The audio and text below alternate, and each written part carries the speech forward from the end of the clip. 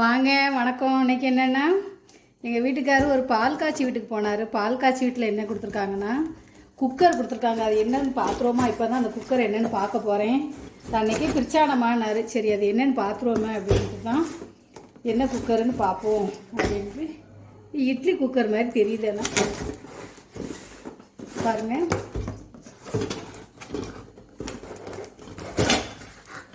Mini idli பாருங்கள்,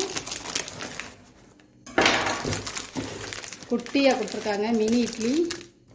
இப்போ இது எப்படி இருக்குன்னு பார்த்துலாமா? எத்தனை இட்லின்னு பார்ப்போம்.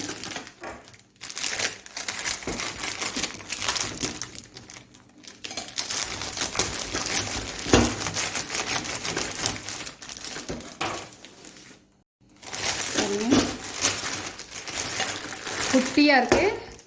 இது எத்தனை இட்லின்னு பார்த்துருவோம். பாருங்கள், மினி இட்லி 1 2 3 மொத்தம் 15 இட்லி கொடுத்துருக்கு. பாருங்கள், மினி இட்லிக்கு வாரண்டி கொடுத்துருக்காங்க. குட்டியாக இருக்குது பாருங்கள். இது நீங்கள் 15 இட்லி தாராளமாக வைக்கலாம். 1 2 3